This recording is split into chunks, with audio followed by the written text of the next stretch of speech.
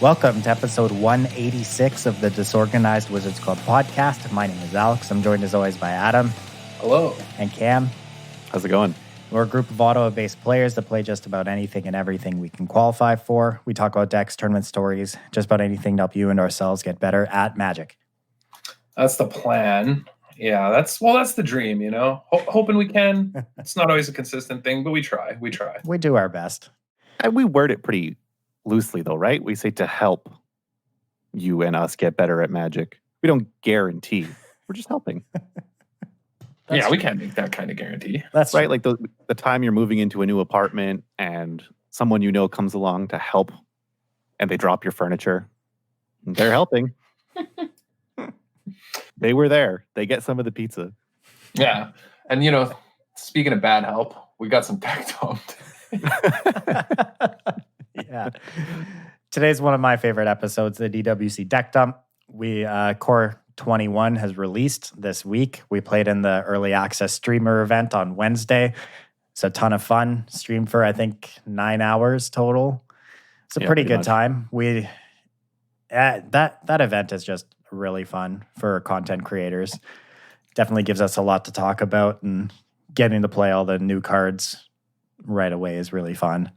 Yeah, and everyone shows up with brews, and you get to sort of see what's going on, what the baseline of the format might look like. There's no wild card limitations or anything, and there's really nothing on the line. So everyone's encouraged to sort of just play, you know, anything and everything, and people get tons of games in. I missed it because I had a really busy week with a friend visiting, so this is kind of good. I can almost play the role of a listener this week and ask questions about the deck and what you guys thought, and it could be useful for people listening and trying to decide what they feel like playing. Yeah, exactly. Big thanks to Watsy for the invite to that event. It was super fun.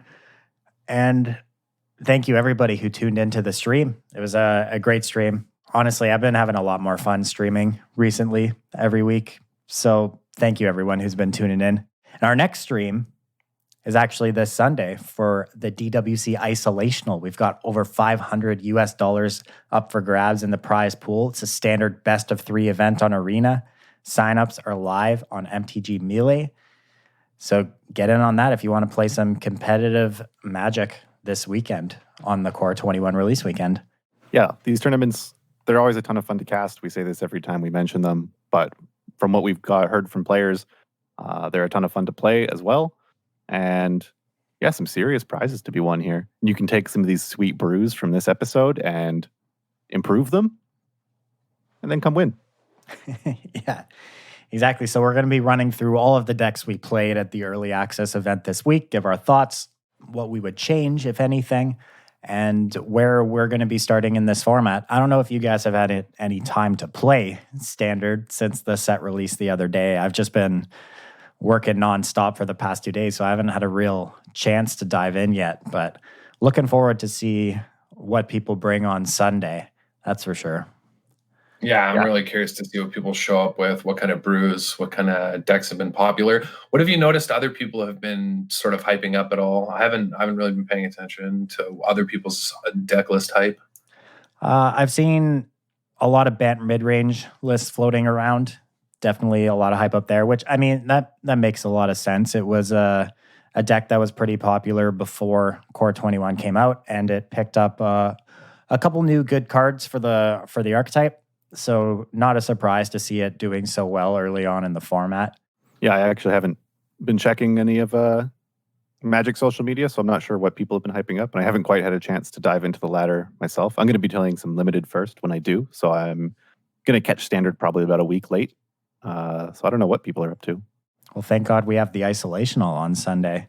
It'll give us a whole bunch the meta-defining tournament on its way.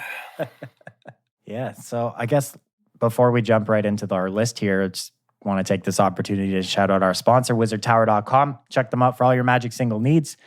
Head to their website for pre-orders of Core 21. If you get in on those pre-orders before the release happens in paper, I think they have the whole setup for pre-order, so definitely check that out, wizardtower.com. Our list. So through the entire event, I believe we went 40-26 in games across all the different archetypes we played. We played a total of 13 different decks in the event. So we're just going to run through them from the decks that we had the worst records with to the decks we liked the most and had the best records with. It's a crazy coincidence that those things line up. Yeah, real shocker.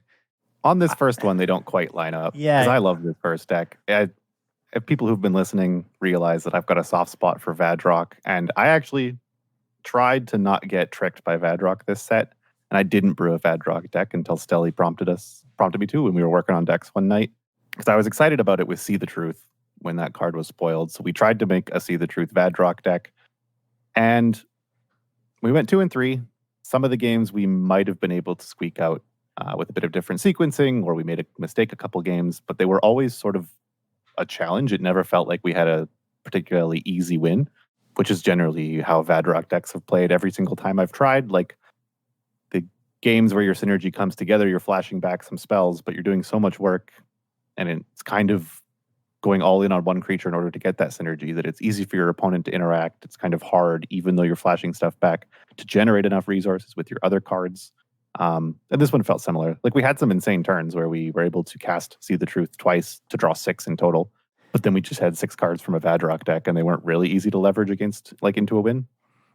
Yeah, like this deck had a lot of like really good moments. There was a couple turns where we drew like 6 cards or something crazy like that, and we definitely did lose a tight game that was 100% pilot error. So I don't really feel like our 2-3 record with this deck does it justice. And honestly, I think there definitely is something here, but I think the mistake we made was putting Vadrock in our deck.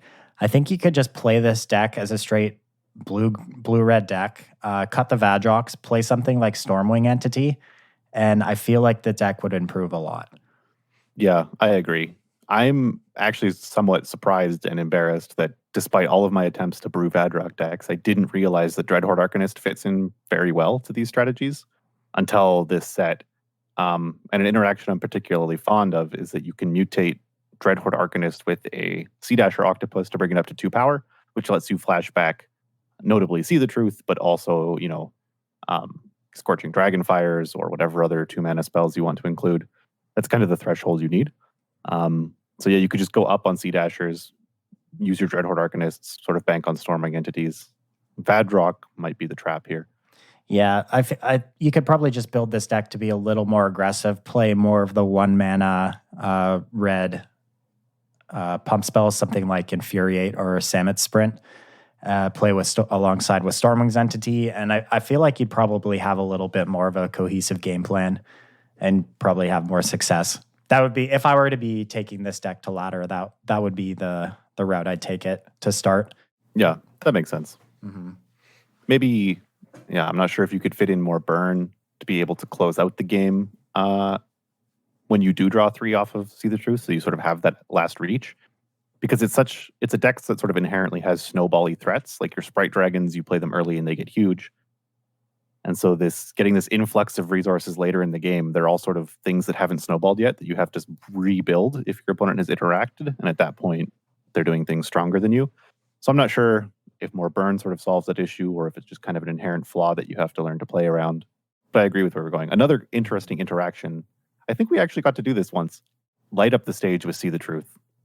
Gives you some nice high roll opportunities. Because if your Light Up the Stage exiles the See the Truth, then the first time you cast it, it counts as not in your hand, and you just get to draw 3. So yeah, it did come up. Yeah, it was pretty good.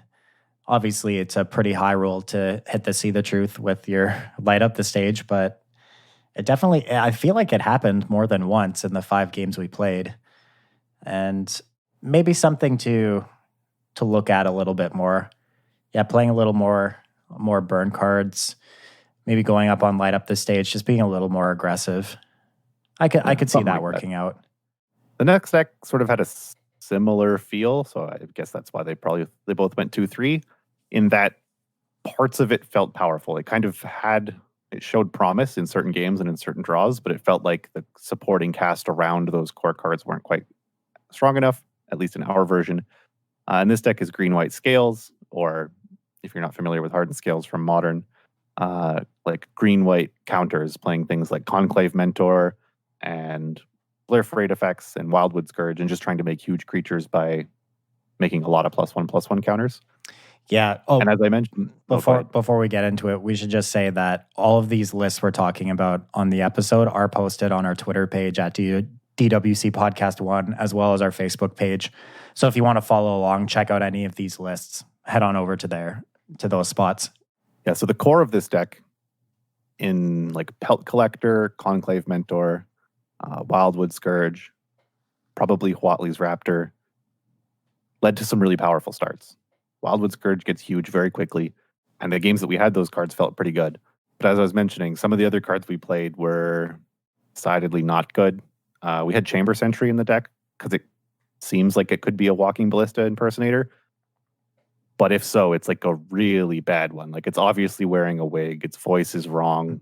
It like couldn't invest much in its costume, and it's not really fooling anyone into thinking it's Walking Ballista. Yeah.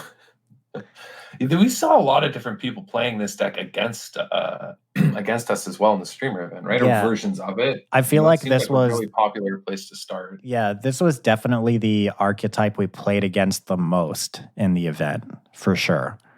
It seemed like a lot of people twice, which is surprising. Yeah, it seemed like a lot of people were trying this strategy out, and a bunch of people were trying different builds. But yeah, I would say there were a few cards in our list that fell a little bit short. Chamber Sentry for sure. Basri Ket, while there were a couple times it was good, it was mostly just kind of awkward on the mana and not really as impressive as I thought it would be in this strategy. So I think maybe leaning a little bit more into green mana, playing something like Vivian Arcbow Ranger might be a better way to take this deck. What I noticed in the games is that, like, while Basri allows you, like, it seems like it should fit well, it puts counters on your creatures, which obviously it's going to put more. If you have Mentors out, it's going to trigger your other synergies. And it sort of allows you to go wide. Neither of those are really what this deck needs. What the deck needs is some way to make its, like, 7/7 Wildwood Scourge actually do damage to the opponent. And it needs some way to interact with the opponent's board, other than just hoping that your creatures are bigger. Basri provides none of those, whereas Vivian 4 is removal in her minus that fights, and is trample and counters as well in her plus. So she seems just much better than Basri in this archetype. I also feel like not playing Venerated Loxodon in our list was just a straight up mistake. No, it was just an oversight. I didn't think of that card until after we were done with this list. But yeah, the deck definitely has very explosive starts. I'm interested to see what kind of plans you could take post sideboard to give it more game against various decks in the format. But yeah, it was definitely a lot more powerful than I thought it would be. And I was impressed with this strategy in general. While maybe our list was not the most optimal. Yeah, for sure. Potential changes, as we mentioned, the Planeswalkers could be swapped out. Our list had Heroic Interventions and Unbreakable Formations. I felt like because you're just trying to commit to the board and you're trying to develop things that promote your counter synergy, you never really have that much mana to leave up. But you could probably find room to hold up mana, say, if you were playing something like God's Willing. It's likely better than those cards for your sort of protective effect. In particular, because your threats are so huge that you kind of only need to protect one. It doesn't matter if some of your other creatures die if you keep your 8/8 Scourge around or something. So God's Willing is probably an improvement there. Honestly, I'm not even convinced you need any of these spells in your main deck, especially for game one. I feel like if I were to take this deck out again, I'd probably just play one Unbreakable Formation and play the rest of my deck just creatures and planeswalkers. Yeah, was actually thinking that you probably, because okay, so we did an episode a while ago about how on brewing people sort of go all in on a strategy. These green-white lists currently, to me, feel too all in on creatures with counter synergies. And you could probably trim that back a bit while preserving the core in order to make room for things like Conclave Tribunal or some way to remove creatures, some way to interact with opposing planeswalkers, something like this, something to sort of diversify its game plan. Yeah, I mean, you can just do that in the form of the creatures you're playing, though. Like Voracious Hydra doubles as, a huge creature or a removal spell. You have some evasion with Basri's Lieutenant being multicolored to be able to attack through some boards. I feel like for game one in this deck, you just want to be as linear and synergistic as possible, which is my reasoning for cutting on the protection spells. But I mean, that's not working off a lot of a huge sample size of games played.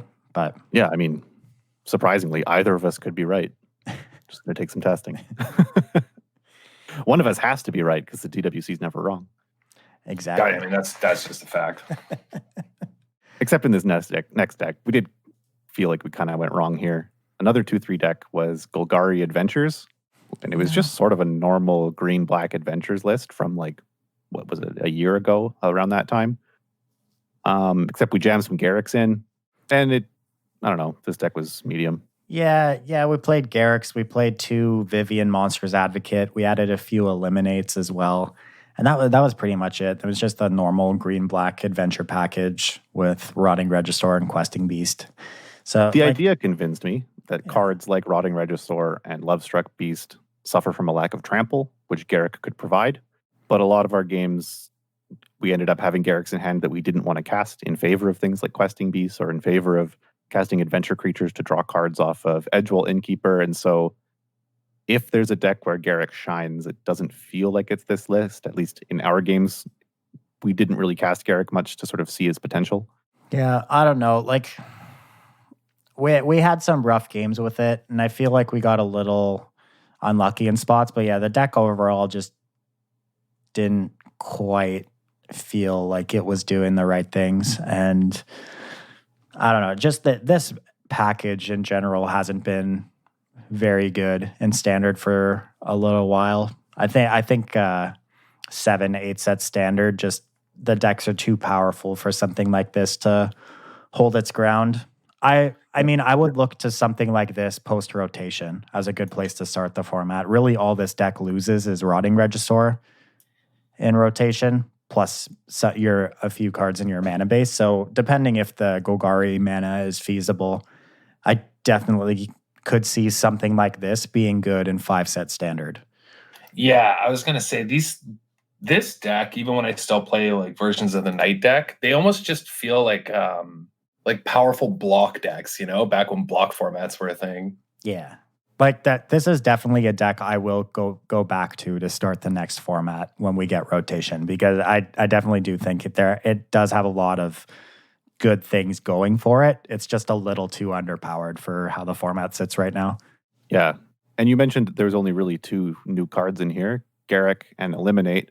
Eliminate actually was pretty impressive throughout the day. It was in a few decks we played. And in this one, I was impressed. Like the 3 CMC restriction ended up being not that much of a restriction because there's so many things you want to hit. I think the most surprising thing that Eliminate was good at was killing sharks that were cycled in during combat. Yeah, which definitely wasn't something I had thought of when it was spoiled, but it was quite good at doing that. Actually stopped us from getting blown out a bunch of times. I think every black deck's going to play at least some number of Eliminates. That card was great all day. Yeah, I think we played against a blue-black control deck while playing green-black adventures, and we started the game with like 2 Eliminates in our opening hand, obviously not knowing what we were playing against. Drew the 3rd one for our first draw step. Realized our opponent played a blue-black tapped land. I think I made a comment about how these Eliminates are going to be really bad this game, and we ended up, I think, casting all 3 of them and it actually being pretty good in every scenario, which was pretty funny. They pushed damage by killing sharks that were trying to block. They killed Narset, which was pretty important. Yeah. Like killing Narset into Fairy is massive. Yeah. Eliminate was definitely very good all day in every deck we had it in. But I mean, that's not really a surprise. We mentioned it in our honorable mentions. The only reason it wasn't on our top 10 list was because we don't put removal spells on that list. I feel like if we did, it would 100% have been on there. Yeah. I mean, I expected it to be good, but it was slightly better than expected. Yeah. All right, let's move along to some of our decks that had a positive record on the day. Starting off with boring old Simic Ramp. This was the deck we started the event with. We crushed a lot of people with it. Not the most exciting deck list, but definitely something you're going to have to keep your eye on. Here's the story of this deck, in my opinion, and from our games. We went 3-2. In 3 games, we drew Ugin. In 2 games, we did not. Yeah, that's true.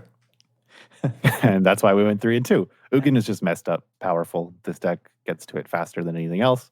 And because it feels like people weren't adapting to him, which the format's going to have to at some point, there were a lot of game states where opponents had no recourse to an Ugin minus. Yeah, 100%. There's definitely a lot of ways you could build this deck as well. I feel like if you could probably drop Cultivates, play Risen Reefs, have more of an early elemental package, really lean into that, and the deck would probably be very good as well. It might even be better than what we have currently. Yeah, we didn't play it enough to really tell where it should go, and we played against different versions. We played against a Bant ramp version. There has almost certainly a Sultai ramp version that exists. Like, all these different varieties are available, all just standing on the power level of Ugin. So who knows? I mean, which one is popular which weekend is probably going to depend more on what other people are doing against Ugin than really on some abstract best ramp deck. Yeah, I agree there. That being said, if comparing the various ways you could build this ramp deck against each other, Bant is probably the best place you could be for not only the mirror match, but also just against the format. So if I were to revisit this strategy right now, I'd definitely probably start with a Bant build for sure. Bringing back Ugin with an ECD is definitely on my bucket list. Yeah, not only that, but just having access to Fairy, and then having access to a card like Dovin's Veto for fighting opponents' Ugins. Like, all those cards seem pretty important with in the format right now. So we had a flashy version of ramp that Adam sort of brewed up that we didn't get around to playing, which was using Chromatic Ori to make colored mana and a bunch of mana, and then a couple Fae of Wishes to have sort of a huge sideboard package in finales and ultimatums. And it feels like that sort of a ramp strategy could trump other ramp strategies just because it has access to all these variety of different effects in the sideboard. So bunch of room to brew, even though it's just sort of boring. Yeah, one of the cool things about the Ori is that if you have Fae Wishes and finales in the sideboard, the magic number for the finales is 12, right? And so Ori gives you exactly 12 mana after you cast it, so that, you could, for example, play the Ori, use the Fae, go get the finale, and then the next turn go for whatever finale is going to end the game. So it's pretty cool. Yeah, there's lots of ways to build it. I mean, Sharknado is another card we didn't have in the ramp decks that I think are really good. Yeah, there's lots of ways to take it. Yeah, that's actually something you mentioned after the stream. And it makes a ton of sense once you mentioned it, that, I mean, it can play defense early, it can be a huge threat with all your mana, but in particular, just casting a Shark Typhoon late game turns a lot of ramps, quote unquote, or traditionally dead draws, like top decking a Cultivate late game or drawing another ramp spell late game. You just cast them and you get sharks and other threats. Yeah, I feel like it was a huge oversight to not include that card in our initial build. Would 100% play it going forward. A thought I was having when you were mentioning like Bant ramp decks is that a lot of the Bant removal is sort of permanent based. There's glass caskets, there's enchantments, you have Teferis in play, which sort of makes Ugin's minus awkward because you're hitting a lot of your own stuff. So maybe Sultai is better because the removal is not based on permanence. But why I'm mentioning this is that Shark Typhoon isn't really an issue. Like, it costs 6. It's rare that you have to minus for more than 6. So your Shark Typhoons are likely sticking around, even if you're wrathing late game. Makes a lot of sense. Next deck on our list, is it Phoenix? This one, so I was pretty skeptic going into this one that it would be any good, but we wanted to try out Stormwing Entity, and I mean, the first place I think a lot of people thought about playing this card would be in an Arclight Phoenix deck. We had a positive record with it, but I think we all just kind of came to the conclusion that Arclight Phoenix is just not a standard playable Magic card at the moment. Yeah, we cast it a lot of the time as a 4-mana 3/2 haste that maybe came back. I'm not sure we even triggered it that many times. We definitely never had like a very strong turn 4 or 5 where a bunch of them came back. It was kind of just a medium recursive threat. Feels like a lot of the enablers or power that sort of made Phoenix what it used to be are gone. Mm-hmm.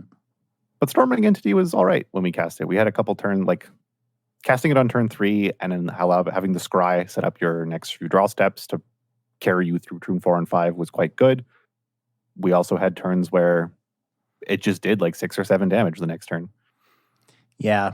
All of our best starts with the deck involved either an early Stormwing entity or a Sprite Dragon. So, like I mentioned earlier when we were talking about the Vadrock deck, I feel like I would just amalgamate this strategy with that deck and just kind of come to a more low to the ground, aggressive blue-red sort of prowess strategy. And that would probably be a bit more successful. Yeah, that makes sense to me. Mm-hmm. Not really too much to say about this deck. Past that, other than overall pretty unimpressive. Yeah, deck was unimpressive, but as a Stormwing entity sort of proof of concept, it was pretty good. We had turns, like it wasn't uncommon to be able to cast it on turn 3. There were a couple of turns where we had the option of like opting and casting 2 on turn 5, which is really good follow-up, say if you're getting Wrathed. Yeah, I'm not sure if Stormwing Entity is this like not so powerful card that I was worried it would be because of its cost reduction, but it was pretty good. Mm-hmm. Still pretty early on in the format. Lots of time to see. Next deck was a bit of a meme deck, and no, you take that back. This deck is amazing. I mean, it was actually a ton of fun. I think I had the most fun playing this deck. Like it was definitely fun. Yeah, the decks that we'll get to later that were good are fun because there's a lot of intricate decisions to make. But this one was just straight up fun. Yeah. So this is a mono black deck with Clackbridge, Troll, and what's his full name? Karavek the Spiteful. Yeah. With the obvious combo being that if you have a Karavek in play, or even if you play it afterwards, it kills all the goat tokens that your Clackbridge Troll makes. So the Troll gets shrunk slightly, but you just have a 7/7 haste that usually makes your opponent start sacking creatures, so you draw cards. Yeah, in case anyone doesn't know what Karavek the Spiteful is, it's the 4-mana black legendary creature. It's a 3/2, and its text is other creatures get -1/-1. So that was fun. If those 2 cards are good enough to continue to see play, I'm not sure. But what was actually promising about this deck was sort of the fact that Massacre Worm being in the format alongside Grey Merchant of Asphodel really allowed us to play this slow, large black strategy where our early game was all removal and some Maze Mind Tomes, which were also quite good. But we could just play spot removal and then sort of catch up and stabilize with Massacre Worm wrathing the board and then doing damage, Massacre Girl usually wrathing the board. And then even if we took some hits early, we weren't liable of getting burnt out, and we had reach to kill our opponent with the Grey Merchants because everything in this deck is double black or triple black pip. Mm-hmm. Yeah, and I mean, we went 3-2 with this deck, but we threw away one of our losses where we should have just cast a Grey Merchant, and instead we cast, I think, a Massacre Worm. And if we had cast the Grey Merchant, we 100% would have won. So a little bit of a throw there, but the deck was fun to play. I don't really think it's that competitive, but it was definitely sweet. The Maze Mind Tomes were very, very good. Yeah, that card seems like it was unreal. Yeah, what are your thoughts on that card in general and how it ends up playing out as far as the life gain, card draw, when do you scry? What was your experience with it? But it seems really powerful. Yeah, well, it was just kind of everything we wanted it to be, right? Like there was a lot of turns where we could have just afford to sit back on all of our open mana, sit back on our removal spells, and then decide whether we wanted to scry end of turn or sink 2 mana in to draw a card.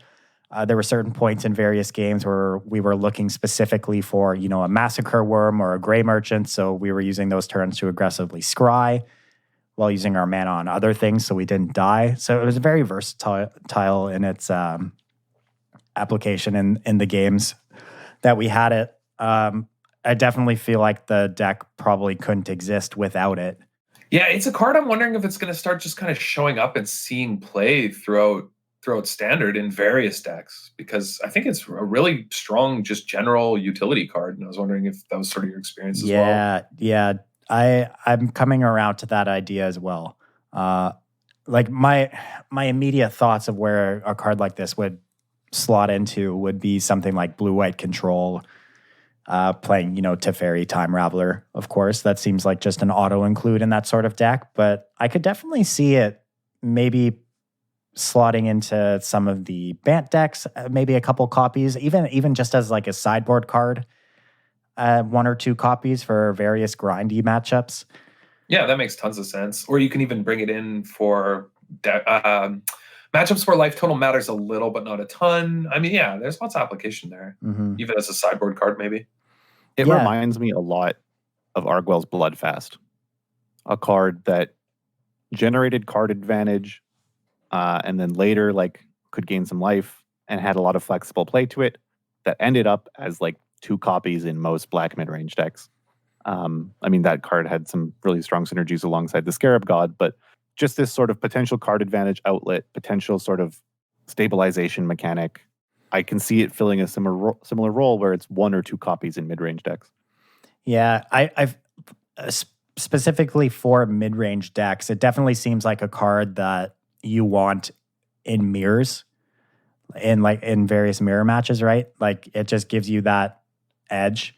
Mm-hmm. Yeah, for sure. Like mid-range mirrors, it seems unbelievable. Where you're just looking for bombs, trying to get slight edges. Your life total does matter. So yeah, it seems like a really powerful mid-range option even. Yeah. So I'm definitely going to be looking to slot this card into a lot more of my decks once I actually start playing the format a lot more. A couple more 3-2 lists to talk about. We played White Weenie. Someone sent us a version of this deck in our Twitch chat, and we already had a version of it built, so we kind of amalgamated the versions. And the general idea of the deck, of course, is just maxing out on 1-drops, add some small creatures, quickly casting a Venerated Loxodon or killing someone quickly with a Glorious Anthem. And I felt like the deck was just pretty unimpressive. We had some good nut draws, but I just don't really see this deck having legs outside of the best of 1 format, to be honest. Yeah, it's White Weenie. Glorious Anthem is an upgrade. Bazriket gives it some play to go wide, but it's still White Weenie. The game plan hasn't fundamentally changed. It doesn't feel like it can do anything that it couldn't do before. Maybe it just does a little bit better, but obviously every deck in the format is doing what they did a bit better. So yeah, I agree. It cannot draw in best of 1, but it's probably a deck that's very easily hated out post-board, suffers from drawing multiple Glorious Anthems, which won't dig you out of opponents having a lot of spot removal. It's White Weenie. If you love that sort of strategy, you're probably going to enjoy playing the upgraded version. Yeah. The one card that did impress me the most out of this deck was actually Selfless Savior. But outside of that, everything was pretty mediocre. Yeah, we definitely won some games off the back of having Selfless Saviors when we got Wrathed, so that the fact that it can protect your creatures with no mana investment allows you to continue to curve out while having Wrath protection. And if your curve is good enough, whatever you protect will still be able to kill your opponent. Venerated Loxodon being one of the best targets because, it's 4 power. Most of your other creatures are probably 1 or 2 power, maybe more if you have an Anthem. So the fact that you can have very aggressive curves using all of your mana and convoking to get Venerated Loxodons out, which are still then protected by your Selfless Savior, is quite a big pickup for the strategy. Yeah, but overall, 2 thumbs down for this one. Would not recommend. It's not powerful. Ruthless. Just not condemnation. Just not powerful enough for 8-set standard. Your curve is just too weak. In best of 3, I think I agree, but we did all right with it in best of 1. So okay. Black-White Aristocrats was also a deck we tried out. We wanted to see if Archfiend's Vessel Village Rites were any good. And actually, both cards were pretty good. Village Rites, I think, impressed a lot. We started with only 2 copies in the deck and quickly moved up to 4. Yeah, it just gives you so much extra fuel. It kind of felt like it gave the last few points. Okay, so what am I trying to describe? So this was a Cruel Celebrant Bastion of Remembrance deck, which doesn't really have good enough creatures to win through combat, but can ping its opponents out with sacrifice triggers. And it's common when playing these strategies to be 2 or 3 points short when you die. And it usually, in my experience, happens because Woe Strider can sack everything except for itself. And if you could get rid of the Woe Strider, you'd have enough, but you can't. And so being able to hold up a Village Rites, I think in more than one game, we had lethal because Woe Strider could sack everything else and Village Rites could sack Woe Strider, in addition to being able to generate card advantage if we needed it early by sacking a goat that we're not going to use or sacking things in response to removal. I wasn't very excited about Village Rites, but it impressed me. Yeah, I was going to ask. That was a card we weren't. I wasn't as high on. I'm not sure Cam was either, but Stelly was big on for these strategies. Yeah, I was curious. How did that card turn out for you in this matchup? I didn't see this part of the stream. Yeah, it was good. like Cam mentioned, there were a couple spots where we were actually just able to kill our opponent because of it. But even early in the game, turning a Garrison Cat into 2 new cards or turning a Woe Rider token into 2 new cards as we were trying to dig towards, maybe a Luris or a Bastion or something, was actually pretty good. Obviously, our deck is a little wild in the sense that we aren't playing Witch's Oven or Cauldron Familiar, which is pretty much a staple in most sacrifice decks like this, but there was a reasoning for it. And we ended up opting to play Garrison Cat Hunted Witness over it because I wanted to be able to maximize Bastion Cruel Celebrant kills and just the 2 bodies that these cards represented. I felt like we would be able to maximize not only our triggers, but cards like Luris and Call of the Death Dweller a little bit more. And Cauldron Familiar and Witch's Oven just didn't quite fill that role as well. That being said, if I was playing a red-black sacrifice strategy, which had Mayhem Devil, then I would definitely lean into Witch's Oven, Cauldron Familiar, just because that trio is just so insanely good. Yeah, it's just too strong to disrupt. But yeah, if you're sticking to black-white, I actually think it's correct to stay away from Cauldron Familiar, Witch's Oven, if you're building your deck sort of like we did.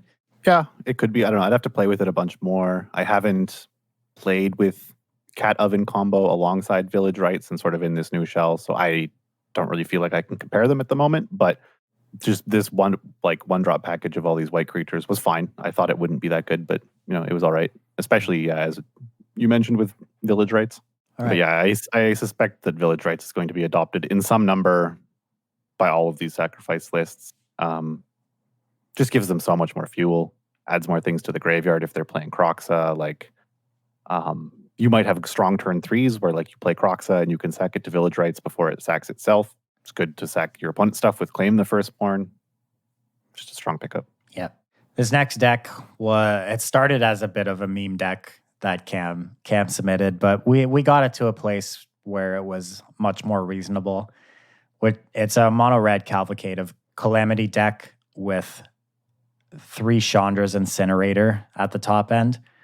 Should have been 4, but still, he made me cut one. Yeah, I couldn't bring ourselves to play 4. But I mean, the deck was pretty good. It obviously had really good Cavalcade starts, and there were definitely turns where there was one game where we had 3 Chandra's Incinerators in our hand, and we could have cast them all for 1 mana, but we decided not to play around a sweeper. But I built this deck just because so many people had been joking about how impossible to cast mono red Incinerator would be, and good friend of the show, P. Sams, who loves red cards, has been complaining that all they give us is red nonsense that's unplayable like Incinerator. So I kind of wanted to prove him wrong. And also I was just curious, what sources of non-combat damage are reliable enough to make this thing castable? Because if you can discount it, a 3-mana 6/6 is pretty good and not something red usually has access to. So that brought me to Cavalcade because you could just attack and all the triggers will discount it. And yeah, outside of the games where we won just because we happened to be playing mono red in an early access event, Incinerator was okay. I don't feel like we got to cast it enough to actually tell if it was worth it. Yeah, still a little unsure on that one. It honestly could just be better to try and just max out on your 1-drops and play the straight up Cavalcade strategy, or just play Embercleave instead of Incinerator. But yeah, it's a lot of work to play Incinerator, and it's almost certainly not better than Torbrand, which would go in that slot. It was easier to cast than I thought it would be. I'll admit that. It 100% was. That being said, though, I don't know if it's worth it. What was interesting, though, was Chandra's Pyreling. Yeah. That card does a surprising amount of damage really quickly with Cavalcade. Yeah, definitely. Chandra's Pyreling was an impressive card, and I feel like the mono red decks in general right now are just a little too underpowered for the format in 8-set standard, but I would not be shocked for post rotation that mono red is just the best deck to start. Yeah, I mean, it's pretty easy to say that because historically almost always is, is. yeah. But also, return to some cheap red decks. I just noticed the price, $30 for paper in this deck. This is the plastic bag mono red deck. Let's go. Yeah, this is your budget mono red deck for sure. Yeah. Well, mono red's not in a great place right now, so it makes sense. Yeah. Mm-hmm. Well, it doesn't have Embercleaves in it. It doesn't have Torbrands. If you're looking for some budget deck, play Incinerator. It won't be incinerating that much money. Yeah, true. The last deck we played that we went 3-2 with was a Teamer Mutate deck from a member of our Discord. There wasn't really any new cards in this deck outside of 4 Terror of the Peaks, and the rest of it were just the normal crew of Teamer Mutate cards. And I feel like we only cast a Terror of the Peaks in one of our 5 games. Yeah, and we were losing anyway when we cast it. It got countered. We were just behind, so we couldn't really see how Terra played. That said, throughout the day, we played against Terror of the Peaks decks a few times, and it never really scared us. It was always bad. It literally never triggered, ever. Yeah, it never triggered. The opponents would spend a bunch of mana to cast it or get it into play, usually just casting it. They'd tap out, and it would be removed, or it would be bounced, or something would get phased out, something would happen, and then they would die. Yeah. I'm firmly sticking to my guns, and that Terror of the Peaks is not a standard playable Magic card right now. Post rotation, anything could happen, but right now it's just not anywhere good enough. And neither is Teamer Mutate. Don't play a Mutate deck right now. Mutate, I think it's just a bit linear in what it can interact with. It doesn't have, because you need so many creatures, it sort of suffers in its ability to play a varied game plan. But I do like the methodology of this list.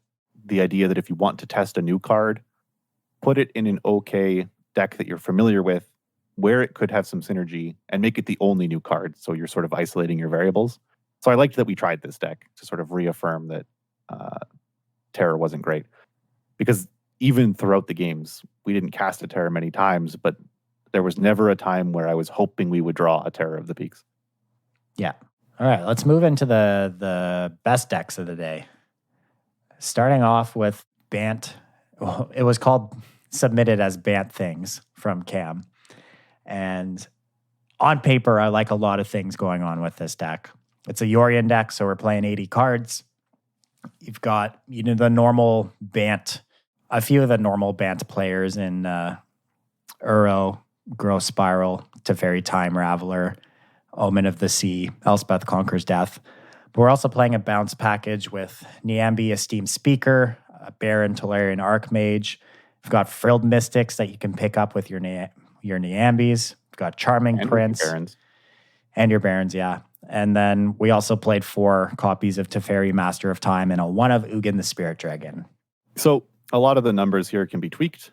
The reason that this is a Yorion deck is just because I couldn't figure out what I wanted to include in my Niambi Baron deck, so I put it all in and added Yorion, which is a good deck building strategy. It's really the opposite of what I was just praising Teamer Mutate for. Yeah. But towards that end, it really did demonstrate sort of the power of the interaction between these new cards. And yeah, this deck was just a ton of fun to play. There was so many different decisions and lines you could take on each turn, because Baron has so many different options of what you can bounce. Niambi having Flash gives you a lot of sequencing options, plus you're looting usually twice per turn cycle. When do you use your Teferi? You can use it at any time.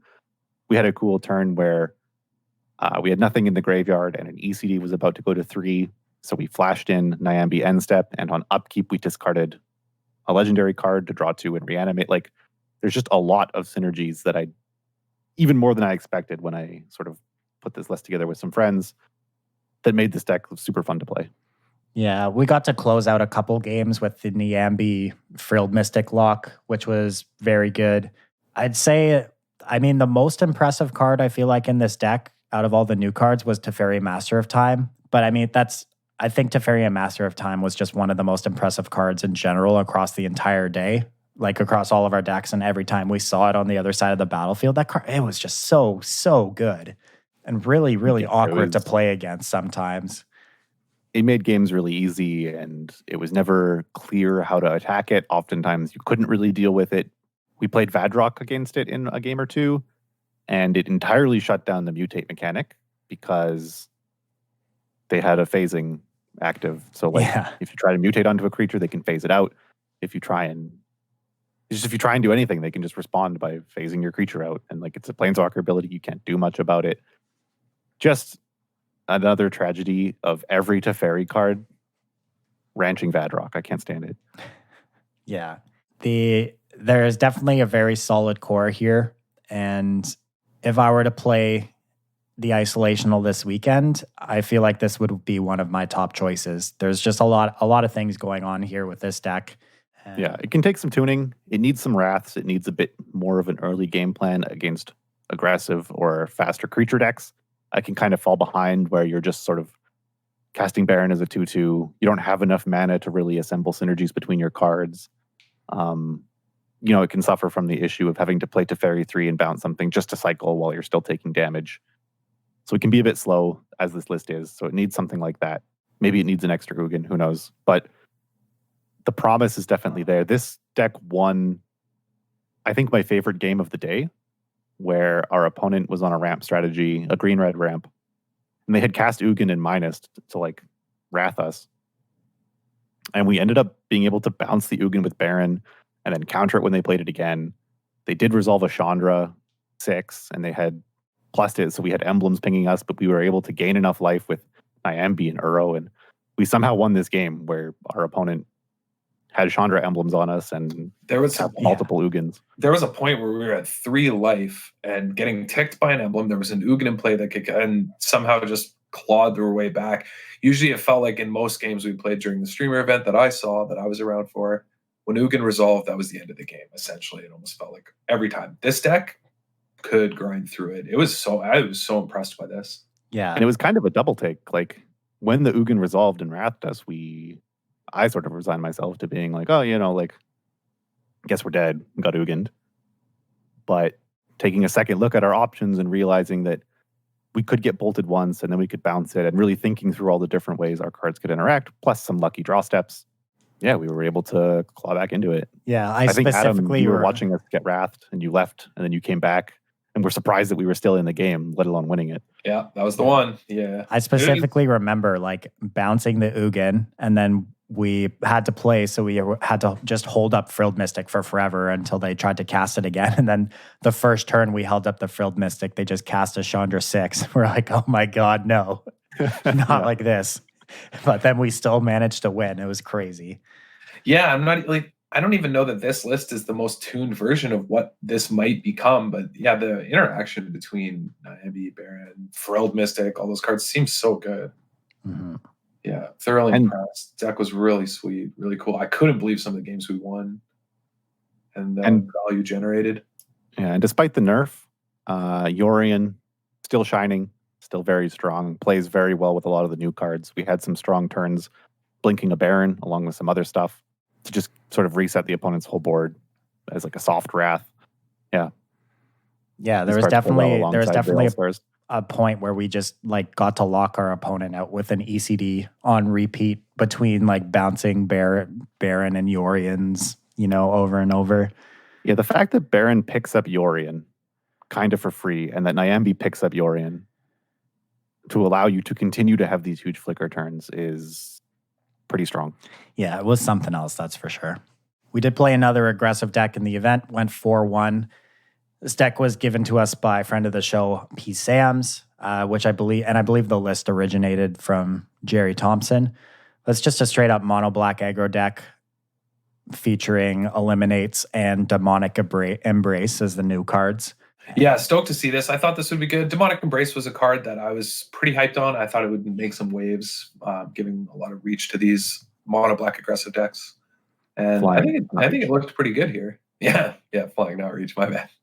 Yeah, we won a lot of games with some good aggressive starts. Kite Sail Freebooter was really good in the deck. Demonic Embrace impressed a lot, that's for sure. I mean, one person just killed themselves into it when it was face up on the table. But the mono black aggressive deck, I'm not too sure how much legs it has. I think I alluded to this in the pre-show that it just might fall a little bit short in the 8-set standard format, which I feel like I keep going back to with a lot of these decks. Demonic Embrace was definitely a lot better than I thought it would be. Yeah, it plays really well with Rotting Regisaur, obviously, but it's kind of a free discard to Rotting Regisaur. You can still then, well, I guess it's not really a free discard because you have to discard a card to cast it. So never mind that point. But just having a 10 power flyer closes out games pretty quickly.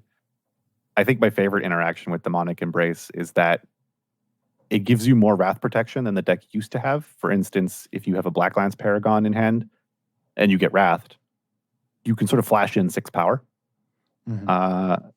Because, I mean, presumably you had a Demonic Embrace on some of the creature that died, but it's in your graveyard. You have access to it again. So an upgraded version of black that was already around, if it's upgraded enough to contest with the new versions of other decks, who knows? But it seemed like it was. We did quite well with it. Yeah, and like I feel like our win rate always have very versatile sideboards with their discard and more specialized removal that it might be the most flexible aggro deck post board.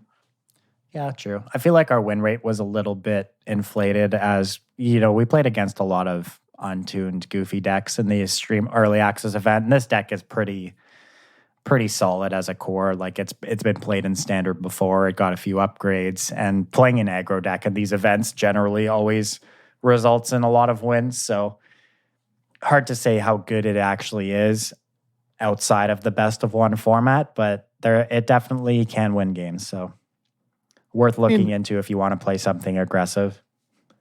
Yeah, we definitely got some percentage points, but there were games we played against where our opponent's decks were clearly quite well tuned to beat, well, maybe not tuned, but they had the tools needed to beat aggro decks. And Kite Sail Freebooter really just picks apart those sort of answers. Like the only game our Kite Sail Freebooter was kind of awkward was because we cast it and our opponent had like 2 Shatter the Sky and 2 other removal spells. Yeah. Like their hand was the nut. Every other time it like buys you enough turns that your early drops can push enough damage that your Demonic Embrace can close out the game. Like it actually synergizes quite well. It's a pickup for these aggressive decks that I don't think should be undersold. Yeah, I 100% agree there for sure. All right, and rounding out our decks was the one list we went 5-0 with. This one I'm really proud of. Cam and I brewed this one up the night before, and it all started with me wanting to meme and play a Peer into the Abyss Teferi's Tutelage deck. So since we are still early in the format, I'll just read off both these cards. Peer into the Abyss is it's a 7-mana black sorcery. It costs 4 generic mana and 3 black. It reads, target player draws cards equal to half the number of cards in their library and loses half their life. Round up each time. And Teferi's Tutelage is a 3-mana blue enchantment. It costs 2 generic and a blue. It reads, when Teferi's Tutelage enters the battlefield, draw a card, then discard a card. Whenever you draw a card, target opponent mills 2 cards. So the combo here is if you have a Teferi's Tutelage in play, you target yourself with Peer into the Abyss, draw half your deck, and then your opponent mills 2 cards for every card you drew, which in most scenarios will just mill out their entire deck. So I wasn't quite sure what to do around these 2 cards, and I just kind of settled on building a Sultai pseudo ramp strategy. And we started with 4 Peers, 4 Tutelages, and then we decided that it was probably better to not lean into that entirely. So we cut down to 2 Peers, and then we're just kind of like looking at outside of, the normal Sultai ramp cards like Hydroid Krasis, Uro, Growth Spiral. We wanted something else to do that was, I guess, powerful in the early game and made our Teferi's Tutelages a little bit better and have a little bit more value outside of being good with Peer into the Abyss. And we just kind of accidentally stumbled onto Jolrael, Moonvolley, Recluse, which... Yeah, I think I was talking about how I tried to build a Teamer draw 2 deck, triggering... Because I had mentioned Improbable Alliance as something that might be okay with Teferi's Tutelage, which reminded me of this bad Teamer deck I tried to play with Ironcrag Pyromancer and Improbable Alliance, using the extra cards drawn off Growth Spiral and Uro to trigger them. And so then I think we Gatherer searched, like draw a second card to see what was there. And we found Jerael. Yeah, so this card's a 2-mana 1/2 legendary human druid. It costs 1 generic, 1 green. Whenever you draw your second card each turn, create a 2/2 green cat creature token. And then it has an activated ability for 6 mana total, 4 generic, 2 green. Until end of turn, creatures you control have base power and toughness XX, where X is the number of cards in your hand. This card, I would feel like was also one of the most impressive cards from the entire day, alongside Teferi, Master of Time. Absolutely bananas every time I saw you cast it, Sally. It blocked up the board. It pressured control decks. It won games out of nowhere. It won games on its own just by activating the ability and attacking for lethal with, I think we attacked with 5 4/4s or something. Mm-hmm. I mean, the card seems clunky and like it won't do much. Sure, it can just die to a shock right away, but left unchecked, I couldn't believe how much it snowballed and how much this deck, with Teferi or all these cards, was able to consistently have it online. Yeah, so we added this card and then just kind of tried to jam in as many cards into the deck that read draw a card. So Hydroid Krasis, Uro, Teferi, Master of Time. Vraska Golgari Krillin was a good find because it not only draws cards on its plus, but it also acts as removal when we need it. Growth Spiral, of course. We added Shark Typhoons to the deck, and playing the Sultai mana base, we also had the Zagoth Triome, which cycles. So all of the deck just kind of synergized really well together, and we won games in various different ways through just milling our opponents out with Teferi's tutelage, to winning with cats from Jewel Rail, to attacking with Uros. There's just a lot of versatility in this strategy. Yeah, so there has been past examples of tutelage cards, Sphinx's tutelage, there might have been other ones, that had spawned decks in the standards that they were in, and they were all right.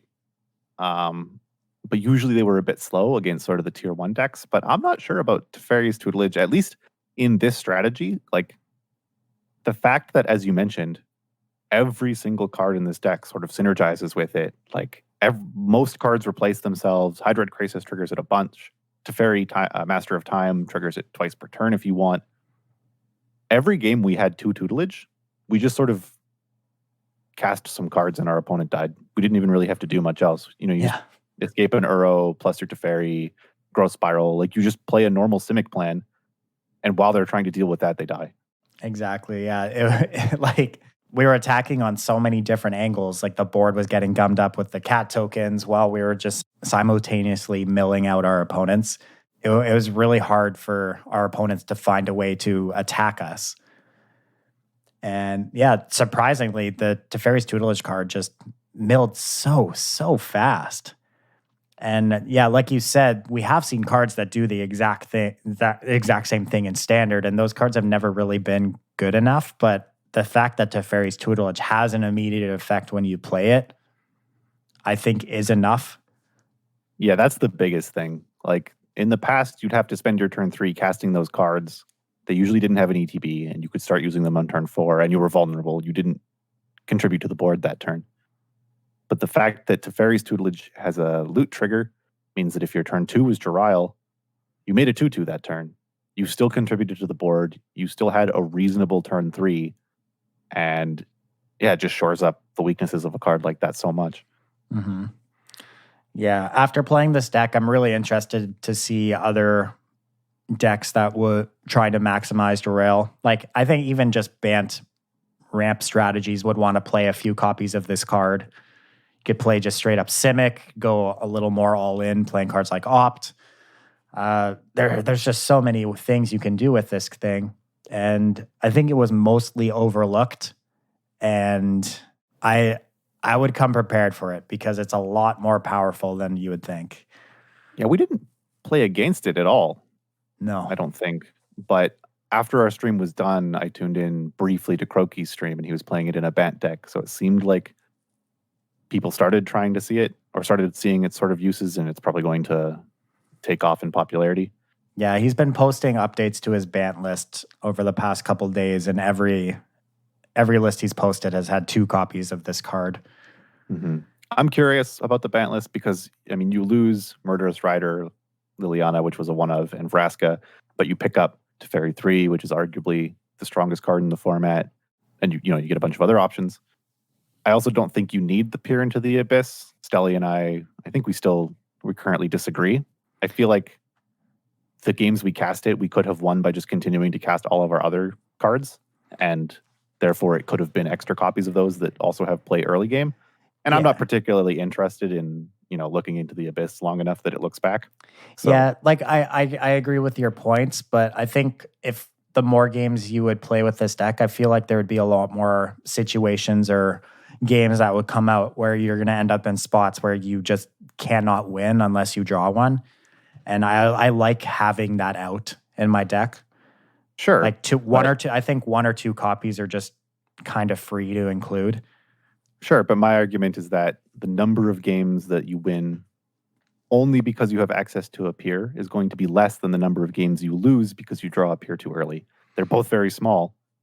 Well, see, like I don't even necessarily think that's true at all, because between Teferi's Tutelage and Teferi Master of Time, you just have easy ways to get rid of it when you don't need it.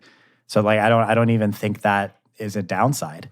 Right, but that argument of you have easy ways to get rid of it when you don't need it applies to literally every card, and so I could replace it with something that I may need more often. I don't really. The question is just whether it comes down to like if it's a good enough one shot in matches that are going to stagnate. Like I could see it being something that breaks mid range open, things like that. That's what you'd want it for, right? That's the sort of deciding factor. But in a lot of matchups, it probably is an unresolvable spell, and that's the concern. Yeah, it's probably unresolvable. And by the time you get to resolving it, because, as we've said, so many other things in this deck trigger it. Like, every time we were even close to casting Peer into the Abyss, our opponent had, 20 or less cards in their deck. And, if instead of casting Peer on one turn, we just cast, Cycle a Shark Typhoon, cast a Growth Spiral, by that point in the game, there's usually 2 Tutelages in play. It kills them just as well. But those cards are also useful in other situations. Yeah. No, I understand everything you're saying. I feel a little safer having access to it in the list, but that's just my preference. Yeah, it might end up as a sideboard card for the type of games that you're picturing, so that it doesn't get stuck in your hand in the types of games that I'm picturing. Yeah, it makes sense. This deck was definitely my favorite deck of the entire day. Yeah, it was a ton of fun. I was just surprised at how reasonable tutelage was, that we actually won games off milling, and it didn't feel like some sort of close cop-out. It felt like a powerful strategy that was hard for our opponent to do anything about. Mm-hmm. Yeah, and I mean, there are obviously going to be decks in the format that you're not the most excited to be trying to mill out. Obviously, other opposing Uro decks, but you have access to cards in your sideboard like Scavenging Ooze, which, help mitigate those problems. And I mean, you could also just build your sideboard so for those matchups, you can just kind of swap your game plan and maybe just swap those out and play a more focused Sultai mid-range ramp strategy. Nah, man, you just go all in. Sideboard features 4 3-mana Ashiok. Mill them some more and exile it. I actually don't hate that. That might actually be pretty good. I did not consider committing even more to the mill plan. Yeah, it solves all the problems of milling them. Yeah, I mean, if they're maybe for the ramp decks, if the ramp decks are more focused on cultivate and migration path, so Ashiok has more of a dual purpose, I could see that strategy working. If all the ramp decks are just Growth Spiral Uro, I'm probably a little less excited about that, but yeah, but it's still going to be fine versus just a Growth Spiral Uro strategy. Yeah. So, could be good. I guess one other synergy that I was surprised by that I don't think we mentioned, a lot of the cards very easily let Jarail make a cat on your turn because you get your natural draw and then you play an Uro on turn 3 and it makes a cat. The deck was quite able to make cats on its opponent's turn too by, say, casting a Growth Spiral and plussing Teferi. The fact that Teferi 4 gives you kind of a free card on your opponent's turn so that any of your other effects trigger Jarail again happened a lot, more than I expected. Yeah, Teferi did absolutely everything we wanted it to in this deck. It was so good. Filled your graveyard for Uro, allowed you to discard your Uros so you could spend your turns doing other things. It was just absolutely fantastic. Cards. Card's bananas. Mm-hmm. Yeah. Card is truly insane. It's so good. I can't believe how good it is. Mm-hmm. Do we think it's just a matter of time before the Master of Time is banned? I don't even want to think I'm about not that convinced right now. it's a bannable card. I'm not convinced that it's a card that'll be oppressive enough to warrant a ban. I could be wrong, but I think that's a card that metagames could adapt to just kill. Like, yeah, they looted a card, but if you kill in response, it's not the end of the world. Yeah, I guess a lot of the times we played against it, we weren't really playing very low to the ground, go wide aggressive strategies, which is how you have to pressure Teferi because the phasing is so strong against single targets. So yeah, things could adapt, but I mean, it's up there. Oh, one honorable mention, Sublime Epiphany was a card that I had intentions to brew with and didn't get around to it. And our opponent crushed us with a sweet brew. Playing, what's the card? They had Shipwreck Dowser, which picked up their Sublime Epiphany. And then for the rest of the game, they just cast the Sublime Epiphany, countering whatever we did, bouncing one of our things, and then copying their Shipwreck Dowser, which let them pick it back up. And so we just lost to the same Sublime Epiphany over and over. It was actually awesome. Yeah, and the Shipwreck Dowser had prowess too, so like they could just really quickly kill us while also locking us out. It was really sweet. All right, on that note, thank you all for joining the club this week. Make sure, as always, you check out wizardtower.com for all your Magic single needs. Don't forget, this Sunday is the DWC Isolational number 3. We've got over $500 up for grabs in the cash prize pool.